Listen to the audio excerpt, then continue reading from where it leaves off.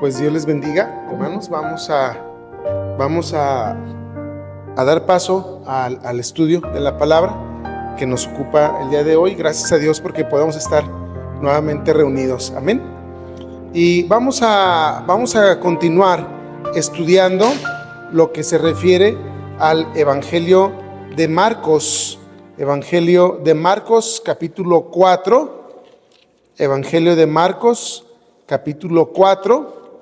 Vamos a estudiar los versos, Evangelio de Marcos, capítulo 4, del 26 al 32. Amén. Evangelio de Marcos, capítulo 4, del 26 al 32. Amén. Vamos a darle lectura a la palabra del Señor.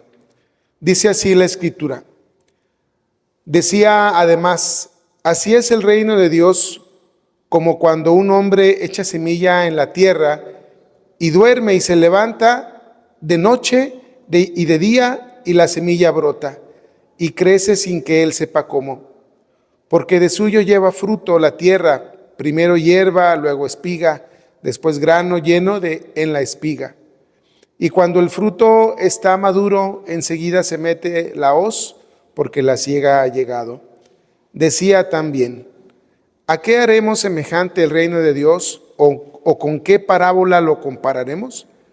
Es como el grano de mostaza, que cuando se siembra en la tierra es la más pequeña de todas las semillas que hay en la tierra, pero después de sembrado crece y se hace mayor de todas las hortalizas y echa grandes ramas, de tal manera que las aves del cielo pueden morar bajo su sombra.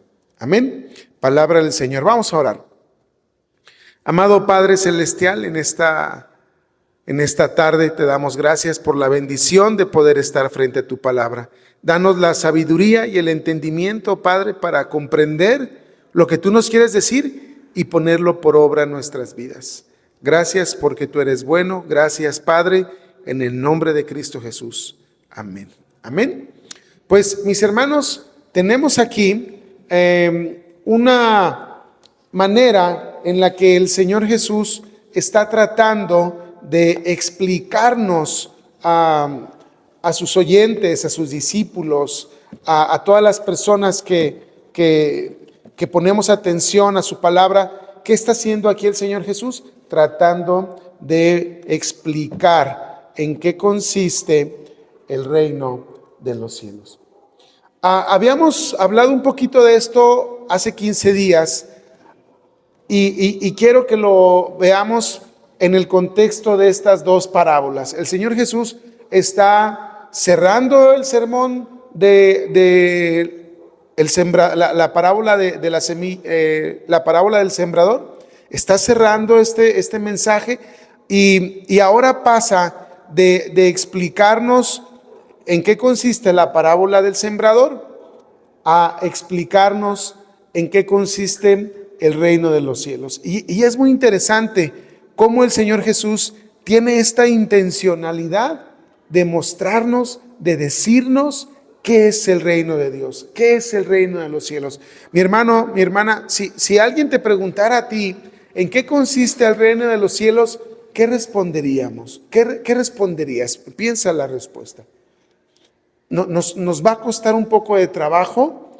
¿En qué sentido?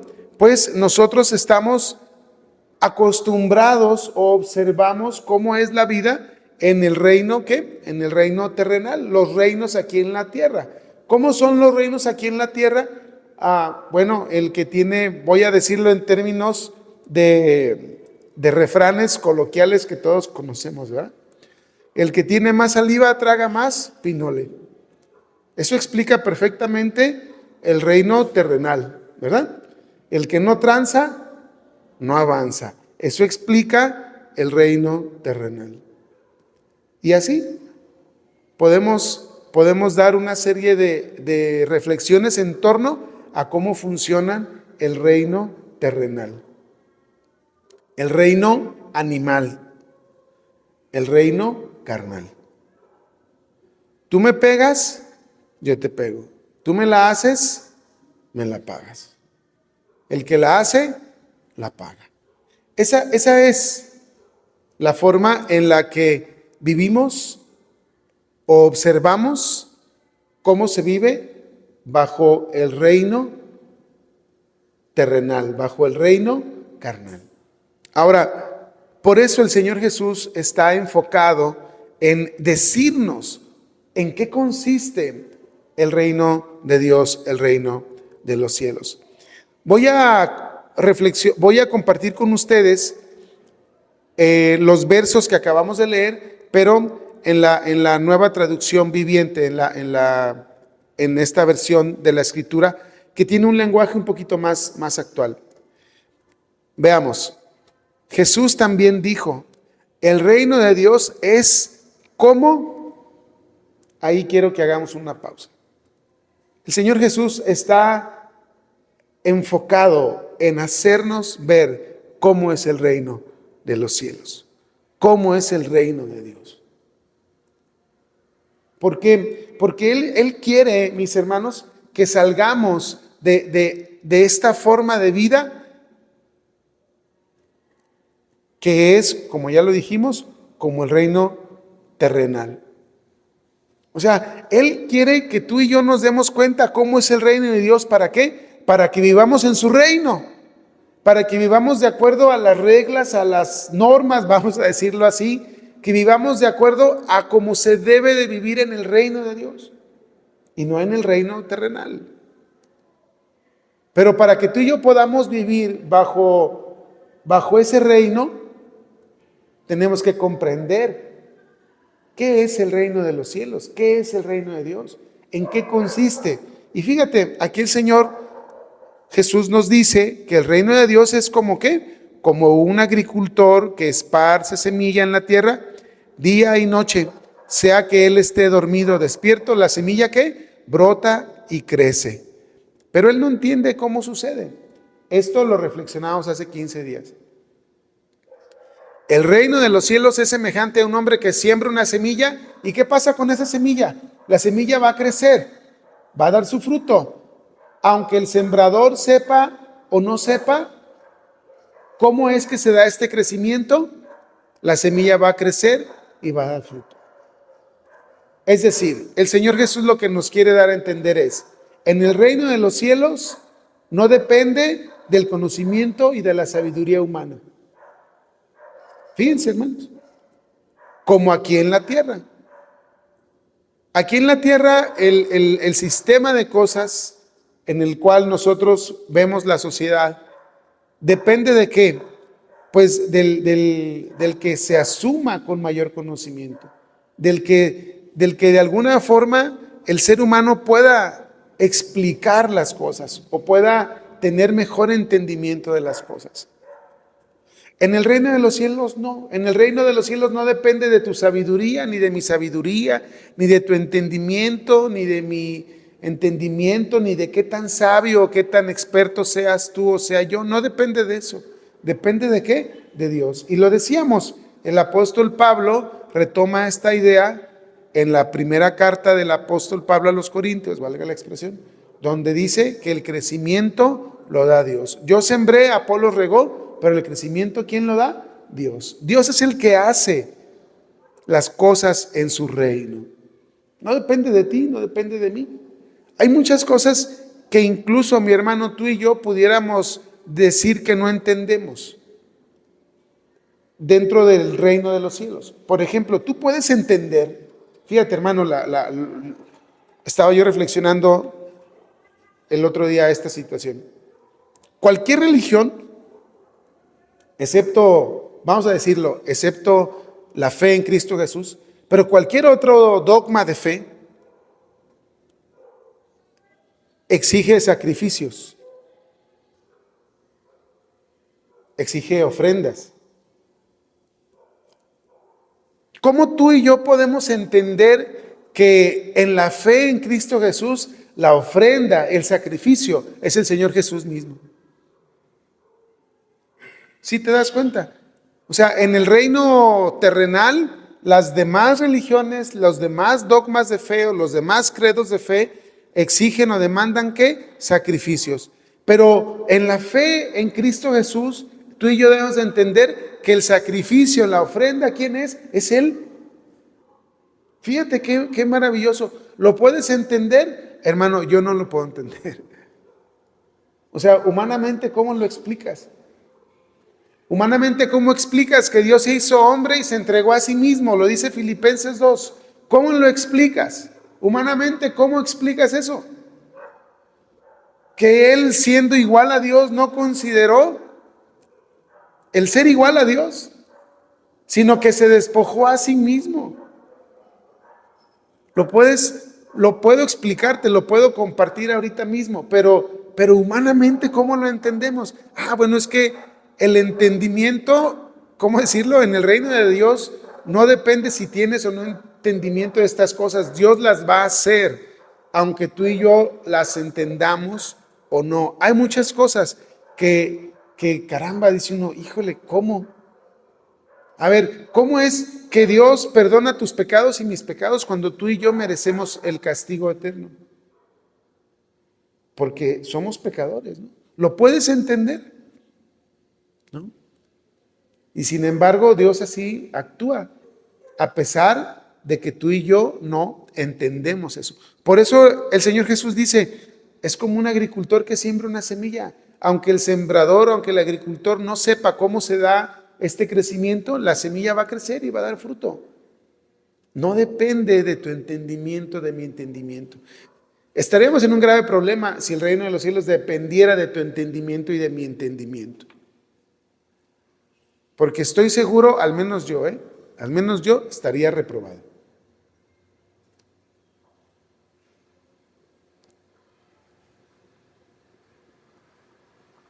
¿No? ¿Tú estarías aprobado o reprobado?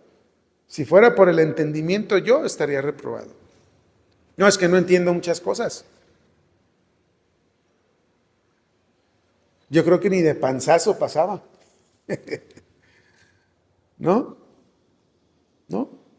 Por nuestro entendimiento, por nuestra sabiduría, por nuestra inteligencia, hermanos, estamos reprobados. Esa es la realidad. Sin embargo, dice el Señor Jesús, el reino de los cielos no es por tu entendimiento. Y yo digo, gloria a Dios. Qué bueno que no es por mi entendimiento. Qué bueno que no es por mi sabiduría. Qué bueno que el reino de los cielos no funciona conforme a mi sabiduría y a mi entendimiento. O en virtud de mi conocimiento y de mi sabiduría es el lugar que yo voy a tener en el reino de los cielos. No funciona así. En el reino de los cielos no funciona así. ¿Cómo funcionan las cosas? Dios es el que da crecimiento.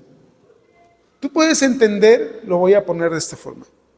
Yo no puedo entender cómo es que un hombre como yo está aquí contigo compartiéndote el evangelio.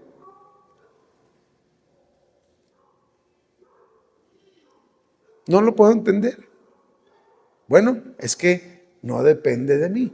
¿Depende de quién? Pues de Dios. Yo me maravillo cuando leo la Escritura, cuando veo cómo Dios efectivamente nos da, ¿qué? El entendimiento. A mí de repente me dicen, ay, pastor, qué buena predicación. Yo digo, gloria al Señor, porque número uno, no te hablé de mí, sino que te hablé de la palabra. Y Él es el que nos da el entendimiento. Y fíjate, aún en lo laboral, ustedes saben que soy profesor, soy maestro y algunos alumnos que son maestros también se acercan conmigo y me dicen, maestro, qué bendición, gracias por la enseñanza. Y yo les digo, las cosas funcionan así. Dios te da entendimiento a ti para entender y Dios me da entendimiento a ti para enseñar. O sea, ¿el mérito de quién es? De Dios. O sea, así lo tenemos que ver. En el reino de los cielos, así es. Él es el que hace las cosas, no nosotros. No podemos nosotros jactarnos de estas cosas, ¿no? Bueno, el Señor Jesús dice, entonces, el agricultor, el que siembra la semilla, no sabe cómo siembra, no sabe cómo es que la semilla crece, pero la semilla crece y da fruto. Eso es lo maravilloso.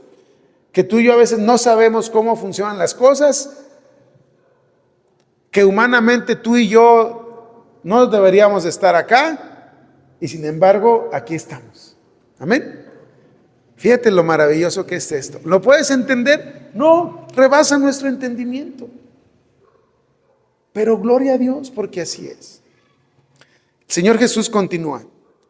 Ahora nos habla del mismo reino de los cielos, pero ahora nos habla acerca de otra comparación. Hace otra comparación muy interesante. Jesús dijo, ¿cómo puedo describir? Fíjate, ¿cómo puedo describir el reino de Dios? ¿Cómo? Yo trato de imaginar qué pasa por la mente del Señor Jesús. No es que el Señor Jesús tenga recursos limitados para explicarnos, no, al contrario, los limitados somos nosotros. Más bien el Señor Jesús está tratando de enseñarnos, de decirnos para que nosotros podamos entender. Él no tiene límites de sabiduría, de entendimiento, de vocabulario, no, Él es la palabra hecha carne. Sin embargo, los que tenemos los límites, ¿quiénes somos? Nosotros. Y Él está tratando, de acuerdo a esos límites mentales que tú y yo tenemos, explicarnos. ¿Cómo yo les puedo decir a estos hombres que tienen entendimiento limitado y luego trastornado por el pecado? ¿Cómo les puedo explicar en qué consiste mi reino celestial? Oh, qué tremendo, ¿no? Un reto que solo Él puede asumir, ¿no? Y fíjense cómo lo explica. Dice, bueno, es como una semilla de mostaza. Me puse a investigar. Hay 3 tipos de semillas de mostaza. La más común es una especie de mostaza, creo que le dicen roja o negra, algo así, porque así es la semillita. Entonces, esta semillita es la que más crece y efectivamente es una semillita pequeñita. Usted la siembra y esa semillita logra crecer como un arbusto, puede llegar hasta los 3 metros de altura. Entonces, fíjense lo interesante. Dice el Señor Jesús, el reino de los cielos es semejante a una semilla de mostaza. Esta es la más pequeña de todas las semillas, pero se convierte en la planta más grande del huerto. Fíjate, la más pequeña se convierte ¿en qué? En la más grande. Observa este patrón, ¿eh? El Señor Jesús en la parábola anterior dice, no depende de tu conocimiento ni de tu sabiduría, el reino de los cielos. Aquí, entonces el Señor Jesús dice, la más pequeña se convierte en la más grande. Fíjate, hermano, qué interesante. Yo me puse a reflexionar sobre este principio. La más pequeña de todas las semillas se convierte en la planta más grande del huerto. ¿No observamos aquí un patrón de cómo Dios hace las cosas efectivamente en su reino? Fíjate, hay un patrón aquí. Dios da el crecimiento a pesar de que tú y yo no comprendamos cómo es que Dios actúa. Ya lo dijimos, hay cosas, al menos yo, mis hermanos, hay cosas que yo no entiendo de cómo Dios obra y sin embargo digo, gracias, Señor. Su gracia simplemente. Ver al Señor Jesús en la cruz por mí, por un hombre vil y pecador como su servidor y digo, ¿lo puedo entender? No, no lo entiendo. Porque humanamente yo he hecho todo para merecer lo contrario. No sé si tú te identificas conmigo. Fíjate, hermano, tú y yo hemos hecho todo lo necesario para recibir de Dios castigo y condenación. ¿Y qué recibimos? Gracia y misericordia y perdón. ¿Lo puedes entender? Es inconmensurable el amor de Dios. O sea, rebasa nuestro entendimiento. Y aquí el Señor Jesús dice, bueno, lo pequeño se hace grande. Ahora, el patrón, vuelvo a insistir, aquí hay un patrón de cómo Dios hace las cosas. Fíjate bien. Dios da crecimiento,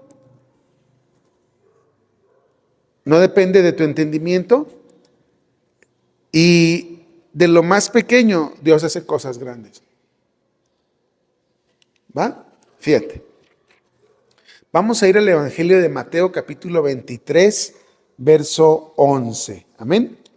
Mateo 23, verso 11.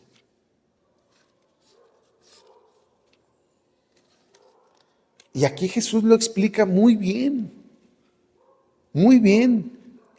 Mis hermanos, déjenme les digo, cuando yo estaba estudiando, yo dije, qué bárbaro. El Señor Jesús de verdad nos explica cómo son las cosas en su reino y cómo quiere que tú y yo vivamos bajo ese reino. Si tú te asumes bajo el reino de Dios, así tenemos que vivir tú y yo. Fíjate cómo, fíjate. Lo voy a leer en esta versión de un lenguaje más actual. Mateo 23, verso 11. Dice, el más importante entre ustedes debe ser el sirviente de los demás. Pero aquellos que se exaltan a sí mismos serán humillados, y los que se humillan a sí mismos serán exaltados. ¿Cómo funcionan las cosas en el reino terrenal? Al revés. Ya lo dijimos, ¿no? Pero ¿cómo funcionan las cosas en el reino celestial? ¿Tú te sientes importante, hermano? ¿Te crees algo? Tienes que servir a los demás. No porque lo seas. O sea, no eres más importante que nadie. Pero si en tu mente está esa idea de que te consideras importante, tienes que servir a los demás. Aquí entramos ya en controversia con el reino terrenal, porque las cosas en el reino terrenal no funcionan así. El más grande se sirve de los demás. Hay otra parte en el Evangelio que habla de esto. Los reyes, los gobernantes, ¿qué hacen? Se sirven del pueblo. ¿Y no lo vemos hoy en día? Los que ocupan cargos públicos en el gobierno, ya sea federal, estatal, municipal, los que son senadores, diputados, regidores,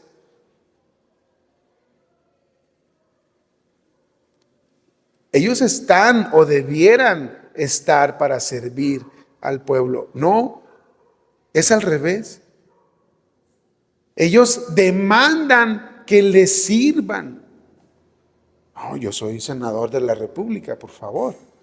¿No? Yo soy diputado. Miren, hace muchos años me tocó, en términos laborales, me dieron, yo tenía que entregarle unos papeles a un regidor, de aquí del ayuntamiento de Tlaquepaque. Un regidor. No era el alcalde, no, un regidor. Me tardó, desde que llegué, me anuncié, llegué con su secretaria. Bueno, ya sabrán la clase de secretaria que tenía, parecía modelo la secretaria. Yo no sé si sabía usar la computadora o no, pero bueno, ahí tenía su secretaria. Le digo, oiga, la oficina del regidor fulano y tal, es aquí. Ya voy ahí con su secretaria, le digo, oiga, señorita, vengo de parte de fulanito de tal, vengo a traerle estos documentos al regidor fulanito de tal. Permítame, está ocupado. 1 hora esperándolo ahí sentado, 1 hora esperándolo ahí. Ya de repente sale de su oficina, ya saben ustedes, arregladísimo, ¿no? Su traje, su corbata. Digo, a mí me gusta también de repente cuando tengo oportunidad de andar de saco y corbata, no pasa nada, pero digo, esa idea de que me tienen que, ¿no? Y la gente ya alrededor del regidor abriéndole paso y entonces yo me acerco y a la hora que me acerco, como, ¿usted qué? ¿No? Y le digo, es que vengo a entregarle unos documentos, me enuncié con su secretaria y, entréguesela. Y ahí muy déspota me atendió. En el reino terrenal, humano, carnal, así son las cosas. Un regidor, háganme el favor.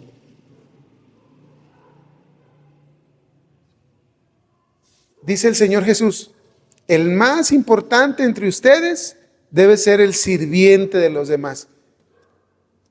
Y déjenme hago una acotación de esta palabra. Por lo menos aquí en México, decir sirviente es peyorativo. Hay una sirvienta. O sea, todavía de que te hace aquí tus cosas de tu casa, ¿todavía la tratas mal? ¿Todavía la ofendes? El Señor Jesús dice, el más importante entre ustedes tiene que ser el sirviente de los demás. ¿Qué quiere decir sirviente? El que sirve. Sirviente o siervo es lo mismo. Tienes que ser sirviente. Ahora, hermanos, que no se nos olvide eso. Que no se nos olvide. Porque de repente también en el ambiente de las iglesias al pastor lo tratan como que si fuera el mismo Señor Jesús aquí en la tierra. No, usted no, pastor, usted. Ya saben a quién me refiero, ¿verdad?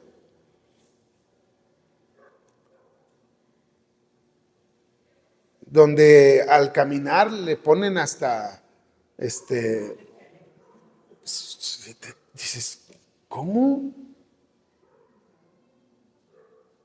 Hay una iglesia, no. Bueno, mis hermanos, es muy triste ver cómo, por ejemplo, en la iglesia de la Luz del Mundo tienen esas costumbres. Donde no solo el pastor, que ahorita, por cierto, está preso, ¿verdad? Por cosas que todo el mundo ya sabe, delitos muy feos. La alfombra por donde pisa, híjole, man. El que alguien lo pueda tocar, es el borde de su saco. Dices, no, hombre, pues no es el Señor Jesús. No, eso no es del reino celestial, eso es del reino terrenal. Cuando a un hombre se le comienza a dar gloria y honra, hermano, ahí no es. Ya lo hemos venido diciendo, es como el segundo o tercer sermón donde tocamos esta parte, porque el Señor Jesús lo dice así. Es que mi pastor no sabe. No. Usted no defienda a su pastor. Usted defienda la palabra, eso sí. La palabra sí, a su pastor no lo defienda.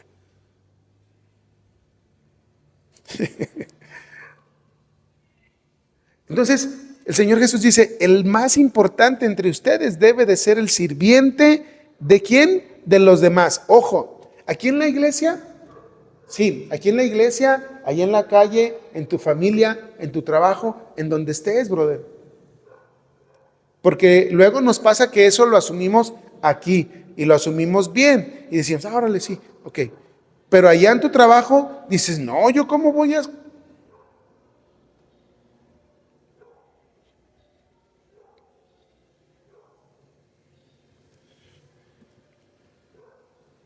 Hermanos, en donde estemos nosotros tenemos que ser siervos, sirvientes. ¿De quién? De los demás. ¿Por qué? Porque el reino de los cielos así funciona. Pues no vemos el ejemplo del Señor Jesús. Él tenía necesidad de despojarse de su gloria, de su trono celestial, despojarse y meterse en un cuerpo como este. ¿Tenía necesidad acaso? Él no tenía ninguna necesidad. ¿Lo hizo por qué? Por amor a ti y a mí. Bueno, Él con ese acto nos demuestra que tenemos que ser, ¿qué? Humildes. Hoy estaba escuchando, digo, bueno, perdón, va a sonar un poco absurdo, pero hoy estaba escuchando, ya ven que jugó la final España y Argentina. Más allá de a quién tú le vayas o no, o igual a lo mejor ni futbolero eres ni nada, está bien, entrevistan al técnico de Argentina. Y entre otras cosas dijo que ellos habían sido mejores en la cancha. Y yo digo, si hubieran sido los mejores, hubieran ganado. Y quien pudo ver el partido de fútbol, bueno, España jugó, les dio cátedra de fútbol. Ya estoy metiendo en temas que no. Pero, o sea, el punto es, ¿por qué no reconocer? Hoy no nos salieron las cosas, perdimos. España fue mejor que nosotros. Punto. ¿No? O sea, esa parte de la humildad de repente nos falta, ¿no? Ahora, vean aquí el detalle, es, aquellos que se exaltan a sí mismos serán, ¿qué? Humillados. Si tú te exaltas, si tú dices, yo soy, aguas, porque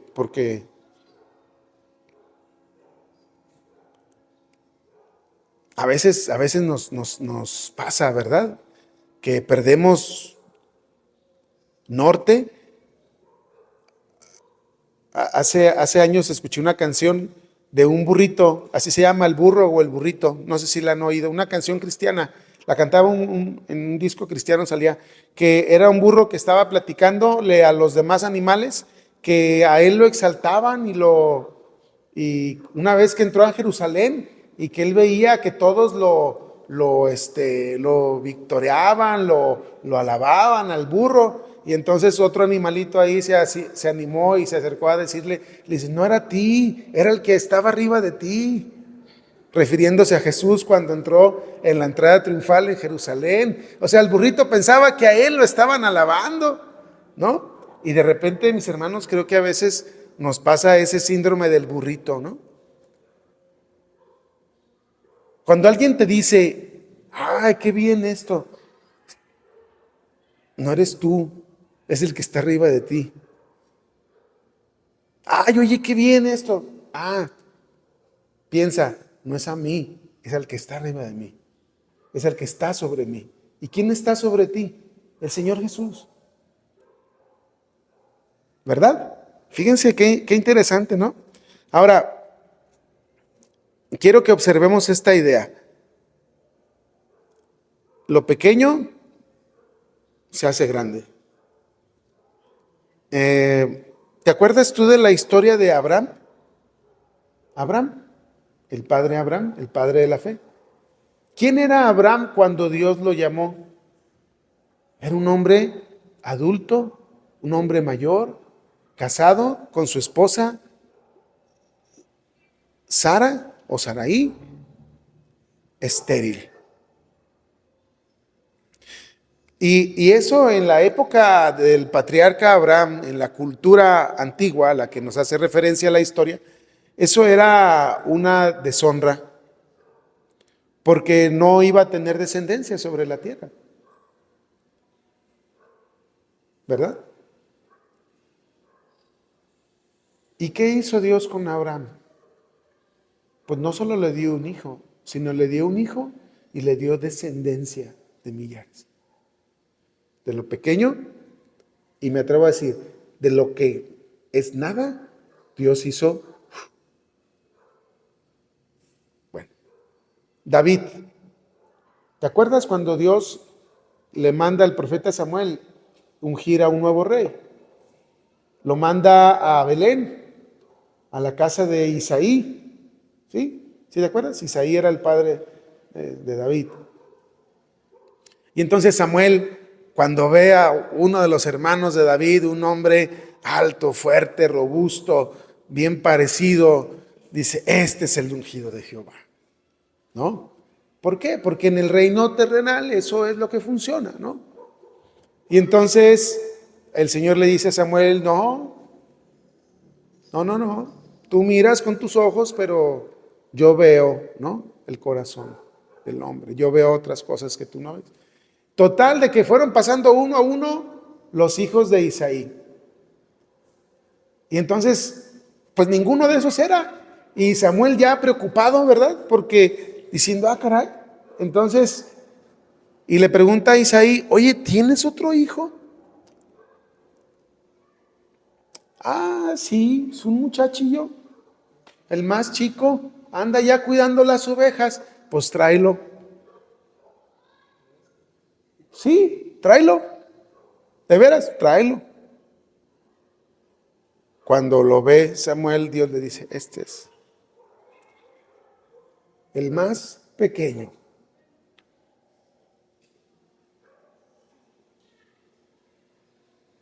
El único grande, hermanos, es el Señor. El único digno es el Señor. El único poderoso es el Señor. El único que todo lo puede es el Señor. El único que todo lo sabe es el Señor. Por eso cuando el apóstol Juan está en esta visión del Apocalipsis, cuando una voz pregunta, ¿quién es digno de abrir los sellos? ¿Quién es digno? Y el profeta angustiado, el apóstol quiere decir angustiado, y se escucha otra voz que dice, el Cordero es digno. Solo Él es digno, mi hermano. No nos hagamos bolas. Solo Él es digno de gloria y honra. Nadie más. Nadie más. O sea, por si de repente traíamos así como alguna idea, ¿no? Por eso el Señor Jesús dice, el reino de los cielos es semejante a una semilla de mostaza que es pequeñita y crece. ¿Quieres crecer, hermano? Tú y yo tenemos que asumir nuestra condición de pequeños, de chiquitos. Nuestra condición, diría yo, de polvo a los ojos de Dios. ¿Qué somos? ¿No fuimos tomados del barro, como dice la Escritura? ¿No nos forjó Dios del barro de la tierra? ¿No dice la Escritura acaso que del polvo somos y de que al polvo volverá este cuerpo? ¿Qué somos, hermano? De una manera muy poética, hay quienes dicen, somos polvo de estrellas. Y yo digo, sí, efectivamente, somos polvo. Polvo de estrellas en el sentido de que el planeta Tierra, ¿verdad?, está en un sistema solar y efectivamente somos polvo. Cuando el cuerpo finalmente se muere, se descompone, queda hecho, ¿qué? Polvo. Eso somos tú y yo. Pero lo maravilloso es que Dios puede tomar ese polvo y hacer maravillas. Él las hace. Y tenemos la historia de Abraham, como ya lo dijimos. Tenemos la historia de David. Hermanos, la misma historia de nuestro Señor Jesucristo. A mí me encanta ver la historia del nacimiento del Señor Jesús. Es uno de los episodios que me parece más hermoso. Cuando los magos de Oriente llegan a buscar al nuevo rey que ha nacido. ¿Y a dónde lo buscan? Ellos en su idea de las cosas, ¿no? ¿Dónde nacen los reyes? Bueno, pues en los palacios, ¿no? ¿Dónde están los reyes? Pues en los palacios, ¿no? Pues ándale, que este rey no estaba en los palacios. Porque no era un reino, no era un rey de este reino terrenal. Tan es así que cuando llegan y le preguntan a Herodes, dice la Escritura que Herodes y toda Jerusalén se turbó con él. O sea, se sacaron de onda, pues, en términos coloquiales, ¿no? Dices, a ver, ¿cómo que nació un nuevo rey? Pues aquí el rey soy yo, dijo Herodes, ¿no? No, está profetizado. No me digas que estamos hablando de, ¿sí? Y el Señor Jesús nació en la sencillez, en la humildad de un pesebre.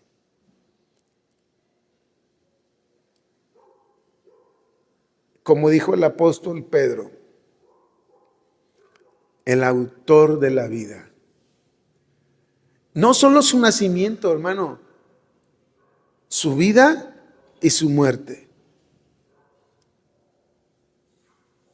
Mucha gente lo quería seguir y hay un pasaje en la Escritura donde le preguntan, Señor, yo te seguiré. Y le dice, bueno, nada más el Hijo del Hombre no tiene dónde reposar su cabeza, ¿eh? O sea, si tú me vas a seguir por lana, no hay. Y es lo mismo hoy. Aquí no. Al contrario, el Señor Jesús demanda que nos despojemos, ¿verdad? Despójate, niégate a ti mismo. Al joven rico le dijo, vende todo lo que tienes, dáselo a los pobres, entonces ven y sígueme. Si de verdad me quieres seguir, así se trata aquí. ¿Por qué? Porque Dios quiere tratar con nosotros desde nuestra condición de humildad. Fíjate, vamos a finalizar con lo que dice el apóstol Pablo en la segunda carta a los Corintios, capítulo 12, versos del 1 al 10. Es una historia muy interesante lo que aquí está narrando el apóstol Pablo. En esta versión, el apóstol Pablo está hablando en primera persona. En la versión Reina Valera, habla en tercera persona. Vamos a leerlo en esta versión. Le voy a dar lectura, mi hermano. Dice la palabra del Señor: mi jactancia no serviría de nada, sin embargo debo seguir adelante. A mi pesar, contaré acerca de visiones y revelaciones que provienen del Señor. Hace 14 años fui llevado hasta el tercer cielo. Si fue en mi cuerpo o fuera de mi cuerpo, no lo sé. Solo Dios lo sabe. Es cierto, solo Dios sabe si estaba yo en mi cuerpo o fuera del cuerpo. Pero sí sé que fui llevado al paraíso y oí cosas tan increíbles que no pueden expresarse con palabras, cosas que a ningún humano se le permite contar. De esa experiencia vale la pena jactarse, pero no voy a hacerlo. Solamente me jactaré de mis debilidades. Si quisiera jactarme, no sería ningún necio al hacerlo, porque estaría diciendo la verdad. Pero no lo haré porque no quiero que nadie me atribuya méritos más allá de lo que pueda verse en mi vida u oírse en mi mensaje, aun cuando he recibido de Dios revelaciones tan maravillosas. Así que para impedir que me volviera orgulloso, se me dio una espina en mi carne, un mensajero de Satanás para atormentarme e impedir que me volviera orgulloso. Es el famoso pasaje donde el apóstol Pablo habla de su aguijón. Fíjate lo que está diciendo aquí el apóstol Pablo, Está diciendo, en la versión Reina Valera dice, sé de un hombre, ¿verdad? Conozco a un hombre, ¿no? O sea, no quiere decir que es él. En esta traducción asume que es el apóstol Pablo. Y dice que fue llevado al cielo y que escuchó revelaciones, cosas maravillosas. Y dice, de eso pudiera yo jactarme, pudiera yo venir y decirles, a mí Dios me habló de tal manera que me llevó a los cielos y me explicó cosas que ustedes, bola de ignorantes, ni siquiera entienden. Pero eso no dijo el apóstol Pablo, ¿verdad? Dijo, no me voy a jactar de eso. Al contrario. Mira, deja tú de esta experiencia a la que fue llevado el apóstol Pablo. Vamos a pensar en lo que nosotros conocemos humanamente que el apóstol Pablo hizo. Fíjate, el Nuevo Testamento se compone por 27 documentos, 4 evangelios, un libro histórico, el Apocalipsis y cartas apostólicas. De las cartas apostólicas, si mal no recuerdo, 13 son de él.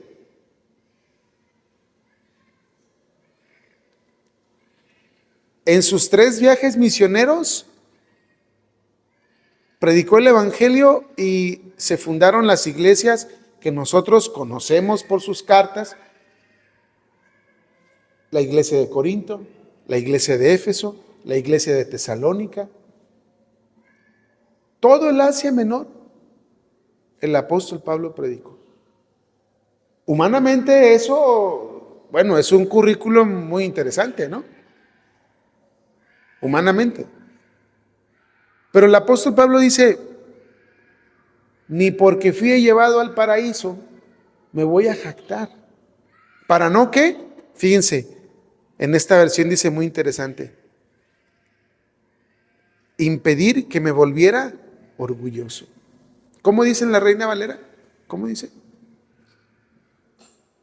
El verso 7, el final del verso 7.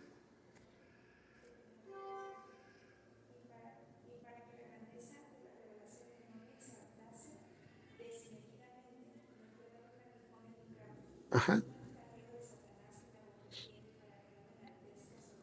Para que no me enaltezca sobremanera, para que no me enorgullezca, para que no ande yo presumiendo, para que no vengan a escucharme a mí, el hombre. Fíjate qué sabiduría la del apóstol. Si lo hubiera predicado, fíjate, si la predicación del apóstol Pablo se hubiera centrado en esas experiencias sobrenaturales, multitudes. Pero ¿serían multitudes para Cristo? No, serían multitudes escuchándolo a Él. Qué tremendo. Entonces el apóstol Pablo dice, no hombre, pues si yo tengo de qué jactarme, pero no lo voy a hacer. No quiero envanecerme, no quiero ser orgulloso. Fíjense, continúa el verso 8, perdón. En 3 ocasiones distintas le supliqué al Señor que me la quitara. ¿Qué? Ese aguijón. El apóstol Pablo no describe claramente qué es ese aguijón. Hay quienes creen que el apóstol Pablo estaba enfermo, o hay quienes creen que el apóstol Pablo renqueaba, cojeaba y estaba lastimado de una de sus piernas. Y entonces eso de alguna forma le hacía como depender de la ayuda de alguien más, que estaba también con problemas de la vista. No sabemos exactamente a qué se refiere, pero vean el punto a donde va. 3 ocasiones le pedí al Señor.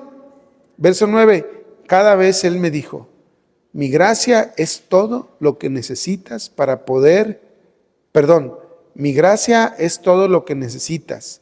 Mi poder actúa mejor en la debilidad.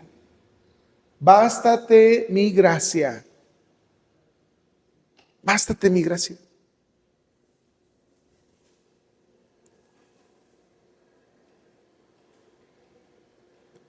Fíjense, mis hermanos, a veces cuando pasamos por momentos vulnerables, es el momento en el que quizá en esta vulnerabilidad es donde Dios va a actuar de una manera, ¿cómo decirlo? En la que tú y yo como bajamos la guardia de nuestro orgullo y vamos al Señor y entonces Dios obra. A veces Dios no obra en nuestra vida, no porque no pueda o no quiera obrar en nuestra vida, sino porque nosotros en nuestras jactancias nos sentimos ¿qué? Suficientes. Y ya cuando topamos con pared, ya cuando nos vemos en el piso, como el mismo apóstol Pablo cuando iba camino a Damasco, cuando se convierte, ¿verdad? El apóstol Pablo en el piso, humillado, siendo un fariseo de fariseos, ¿verdad? Y ahí en el piso, Saulo, Saulo, ¿por qué me persigues? ¿Quién eres, Señor? Yo soy Jesús a quien tú persigues. Ahí, todos sus argumentos fariseos se le vinieron abajo. Por eso el apóstol Pablo comparte esta reflexión, dice, mi gracia es todo lo que necesitas, mi poder actúa mejor en la debilidad. Mis hermanos, El patrón es así, de lo pequeño a lo grande. El Señor Jesús dice que si tú y yo nos humillamos, Él nos va a exaltar.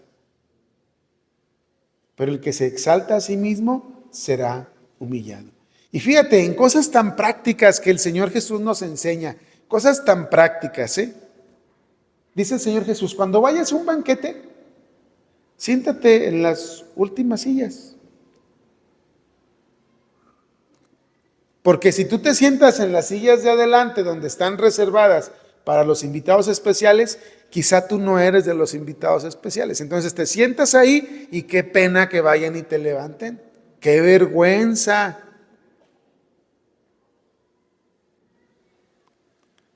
Cuando vaya a una reunión, una fiesta, mi hermano, siéntese donde le digan que se siente. Es lo que el Señor Jesús nos está diciendo. Ya es otra cosa diferente a que vengan contigo y te digan, no, acá está su mesa, vénganse. No, vente, acá está tu lugar.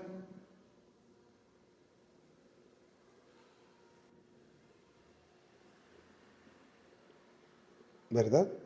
Son cosas sencillas, pero que hablan mucho de quién es, de quién eres. Entonces, el apóstol Pablo dice, le dice el Señor al apóstol Pablo, mi gracia es todo lo que necesitas. Hermano, el Señor nos dice a ti y a mí lo mismo.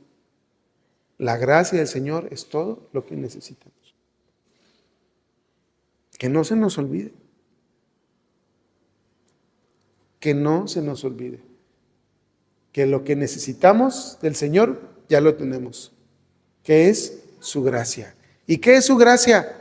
Su amor, su misericordia, su perdón. ¿No? La vida que hoy tienes. A ver, reflexiona, hermano. La vida que hoy tienes en Cristo, ¿es la vida que tú llevabas antes? ¿Con cuál te quedas? ¿Con la vida que hoy tienes o con la vida de antes? Pues con la de hoy, ¿no? Con la vida que te ha dado el Señor.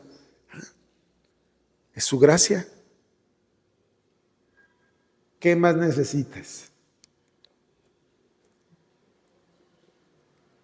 El Salmo 23, en estas versiones con lenguaje actual, dice, el Señor es mi pastor, con Él tengo todo lo que necesito.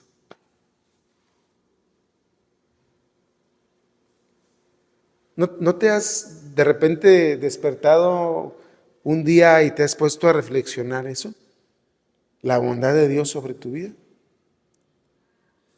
Mira, podrás tener mucho o poco, podrás vivir en estrechez o en abundancia, pero lo que Dios ha hecho contigo, con tu vida, espero que puedas experimentar lo que dice el Señor en Gálatas 5, versos 20 al 22, sobre los frutos espirituales. El amor, el gozo, la paz. De verdad, que puedas llegar a casa, sí, cansado, tráfico y todo lo que tú quieras, pero llegues a casa y veas a tu esposa, veas a tu esposo, veas a tus hijos, veas a tus hijas. Puedas descansar y digas, ay, Señor, gracias. Regresé a casa. ¿No? Bástate mi gracia, Dios le dice al apóstol Pablo. Su gracia es suficiente. Así es que, mi hermano, aprendamos a vivir en esta condición de humildad. ¿En qué sentido? Ojo, la humildad no tiene que ver con el tema económico, porque luego de repente nos confundimos. Yo he conocido personas humildes que tienen mucho dinero, y son las personas más sencillas, que tú te puedas imaginar. Pero también he conocido personas que económicamente están peor que yo, voy a decirlo así, y una jactancia y una arrogancia que tú dices, pero ¿cómo? Caramba, ¿no? Entonces, no es una cuestión de dinero, es una cuestión de ¿qué? Del corazón. Una cuestión del corazón. En humildad. ¿Cómo? Reconociendo que tú y yo no merecemos absolutamente nada. Y de ahí entonces agradeces ¿qué? Todo. Si no mereces nada y tienes algo, ¿qué haces? Agradece. Ahí se distingue un corazón humilde. Oye, qué bien esto y lo otro. Ah, sí, es que, pues, ¿qué te puedo decir? Ya sabes, yo soy súper inteligente. Tacha.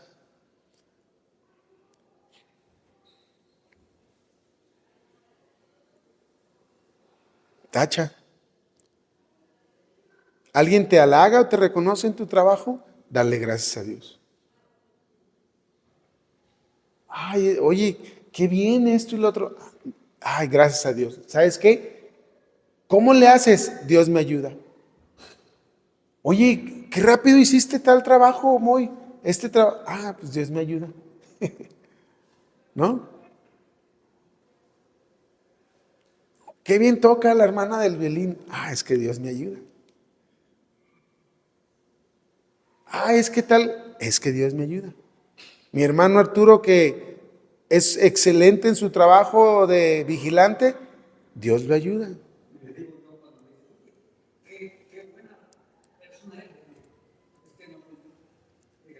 Dios me ayuda, ¿verdad? Amén. Así es. ¿Sí? ¿Por qué? Porque así es. Así es. No hay otra. Así es. Si tú y yo hacemos algo bien y la gente lo reconoce, es porque Dios nos da la sabiduría y la capacidad de hacerlo. Porque si no fuera por Él, mi hermano, no habría manera. Ni la O por lo redondo. Ni la O por lo redondo. Entonces, reconozcamos que es Dios el que hace esto. En tu mente, en tu corazón, en mi mente, en mi corazón, es Él el que hace las cosas. La gloria y la honra son para Él. Amén. El que se humilla será exaltado y el que se enaltece será humillado. Amén. Seamos de los que se humillan delante del Señor. Delante de los hombres, ¿cómo nos humillamos? Cuando reconocemos que no somos nosotros, que es el Señor el que hace las cosas. Amén. Amado Padre Celestial, te damos gracias, Dios, por tu palabra. Ayúdanos a ser como esta semilla de mostaza. Ayúdanos a ser pequeños para que seas tú el que nos dé el crecimiento. Ayúdanos a tener un corazón humilde, sencillo, agradecido, reconociendo que tú nos has dado todo y que nosotros no somos dignos de nada, pero que tú nos lo das por tu amor, por tu gracia y por tu misericordia. Ayúdanos a no olvidar estas cosas.